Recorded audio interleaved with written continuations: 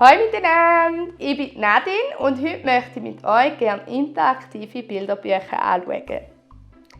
Ich habe hier auf dem Tisch ein paar Bilderbücher parat gemacht, die ich euch nachher gerne zeige. Aber zuerst möchte ich euch erklären, was denn interaktiv überhaupt zu bedeuten hat. Interaktiv heisst, dass man einem Kind verschiedene Möglichkeiten gibt, selber Sachen auszuprobieren, mit denen seine Entwicklungsbereiche, also verschiedene Entwicklungsbereiche, fördern kann. So interaktive Sachen gibt es auch viel in Kindermuseen, indem dass man irgendwie ein Holzpuzzle zum Thema machen kann oder irgendwie Musik machen oder einfach, wenn man selber Sachen ausprobieren kann, die dann mit einem Thema verbunden sind, so dass das Kind Verbindungen machen kann und etwas dazu lernen. Genau. Ich starte es gerade mal, weil ich hier verschiedene interaktive Bücher habe. Die ich euch jetzt hier zeigen. Genau. Ja, als erstes Buch habe ich hier auf dem Bauernhof. Das ist ein Magnetbuch. Da hat es vorne in einem Fächlein verschiedene Magnetbilder, die zum Buch passen. Und im Buch ist nicht viel geschrieben. Es hat einmal einzelne Sätze, wie der Karl fährt mit der Milch weg.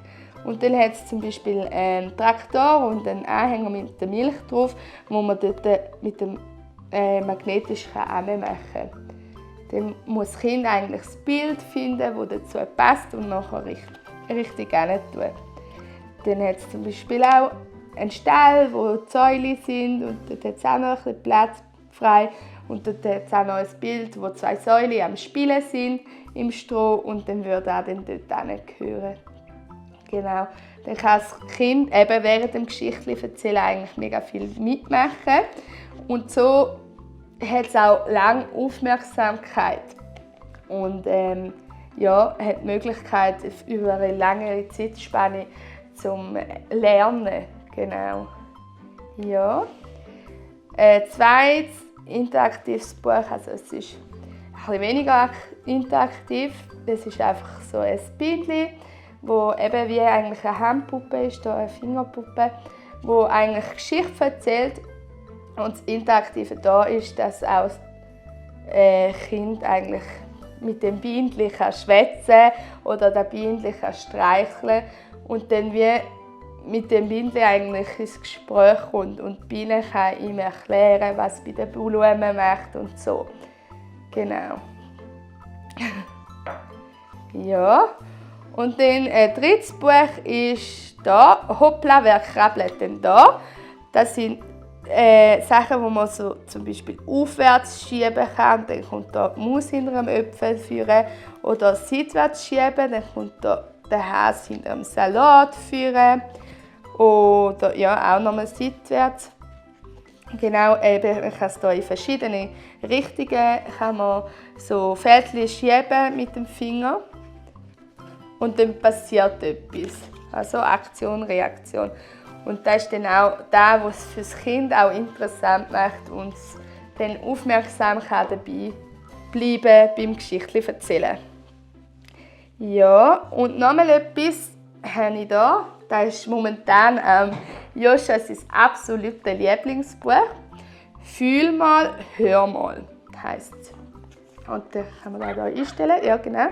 Und dann kann man hier zum Beispiel den Hund streicheln. Dann ist es hier so ein weiches Fell.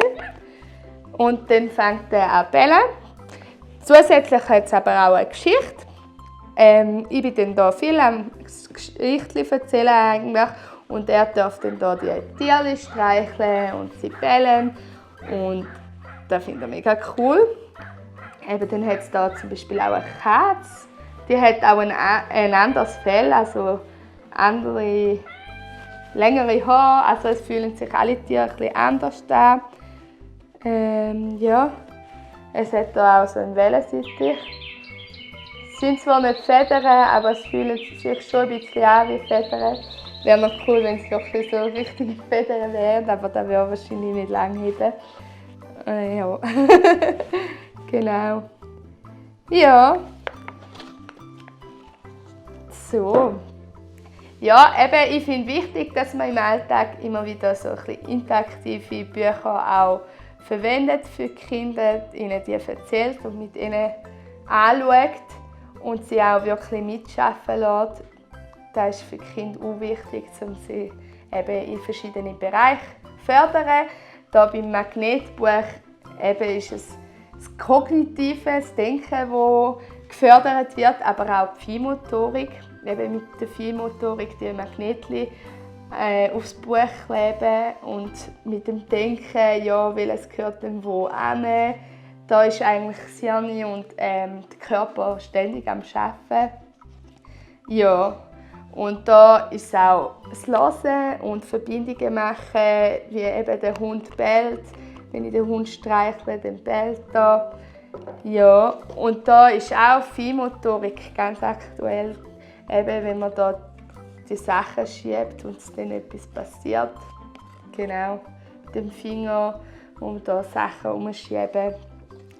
Und da wird die Feinmotorik gefördert. Genau. Es gibt noch ganz viele andere Büchlein. Es gibt auch so Büchlein, wo man Formen an den richtigen Ort hin tun muss. Oder auch ein Puzzle, das im Buch ist, wo man dann zusammen puzzeln kann. Aber so Bücher habe ich jetzt noch nicht da, weil der Joshua ist noch ein bisschen zu klein zum Puzzeln. Ich freue mich auch schon auf die Zeit, ich puzzle auch gerne. Ja, aber ja, es kommen dann sicher noch mehr Bücher dazu. Wenn ihr noch coole Bücher kennt oder schon einen gesehen habt, dann könnt ihr mir da auch gerne in die Kommentare schreiben. Weil ja, ich probiere sehr gerne so Bücher aus. Auch im Alltag. Ich kann es auch in der Kita ausprobieren, wie das Kind aufnehmen. Und ja, danke vielmals. Und dann wünsche ich euch auch viel Spaß beim Ausprobieren mit diesen interaktiven Büchern. Tschüss miteinander!